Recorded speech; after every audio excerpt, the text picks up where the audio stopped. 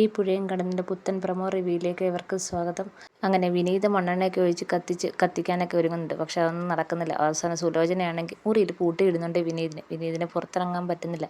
ഈ സമയത്ത് അവിടെ പെണ്ണും ശാരദയൊക്കെ വന്നിട്ടുണ്ട്. പക്ഷെ ചെറുക്കനെ കാണാത്തതുകൊണ്ട് എല്ലാവരും വിഷമിച്ചിരിക്കുകയാണ്. അപ്പോൾ കാവേരിയും നിവിനും കൂടെ വിനീതിനെ അന്വേഷിച്ചിറങ്ങാണ്. ഈ സമയത്ത് ജയപാലൻ അവിടെ വരുന്നുണ്ട്. ജയപാലൻ വന്നപ്പം കല്യാണം നടക്കാത്തതുകൊണ്ട് ജയപാലൻ ഒരുപാട് കളിയാക്കുന്നുണ്ട്. ഈ ഒരു വട്ടം കൂടെ ഇവിടെ കല്യാണം മുടങ്ങിക്കഴിഞ്ഞാൽ ഇനി ആരും നിൻ്റെ പെൺമക്കളെ കല്യാണം കഴിക്കാൻ വരത്തില്ലെന്നും പറഞ്ഞിട്ട് ശാരദ ഒത്തിരി അവമാനിക്കുന്നുണ്ട്. ഒന്നല്ല 4 പെൺപിള്ളേർ 4 ഇങ്ങനെ കെട്ടാച്ചെരുക്കായിട്ട് നിന്ന് പോകുമെന്നൊക്കെ പറഞ്ഞിട്ട് ഒത്തിരി അവമാനിക്കുന്നുണ്ട്.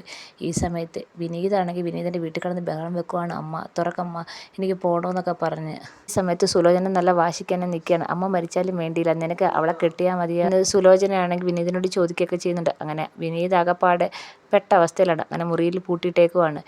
അങ്ങനെ ഈ സമയത്താണെങ്കിൽ കാവേരി നിവിനും കൂടെ അവിടെ വരുന്നുണ്ട്. വരുമ്പോൾ കാവേരിക്ക് കാര്യങ്ങളൊക്കെ മനസ്സിലാവുന്നുണ്ട്. അങ്ങനെ ഇവർ രണ്ടുപേരും ആരും കാണാതെ വിനീതിനെ കാണാൻ ഒരുങ്ങുകയാണ്. എങ്ങനെയെങ്കിലും വിനീതിനെ അവിടുന്ന് രക്ഷപ്പെടുത്തി അമ്പലത്തിൽ കൊണ്ടുവരണം, അതാണ് അവരുടെ ലക്ഷ്യം.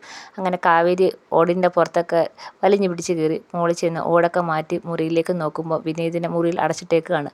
അങ്ങനെ വിനീതിനെ കാണാൻ വേണ്ടി നിവിനും കാവേരിയും എങ്ങനെയൊക്കെയോ മുറിയിൽ ഇറങ്ങുന്നുണ്ട്. അവിടെ ജയപാലനാണെങ്കിൽ ശാരദയും മക്കളെയൊക്കെ കളിയാക്കി നിന്നിനി ആരും കെട്ടാൻ വരത്തില്ല എന്നുള്ള ഒരു മനോവിഷമത്തിൽ ഗംഗ അവിടുന്ന് എല്ലാവരുടെയും മുന്നിൽ നിന്ന് ഓടി മാറിപ്പോയി ഒറ്റയ്ക്കിരുന്ന് കരയുകയാണ്.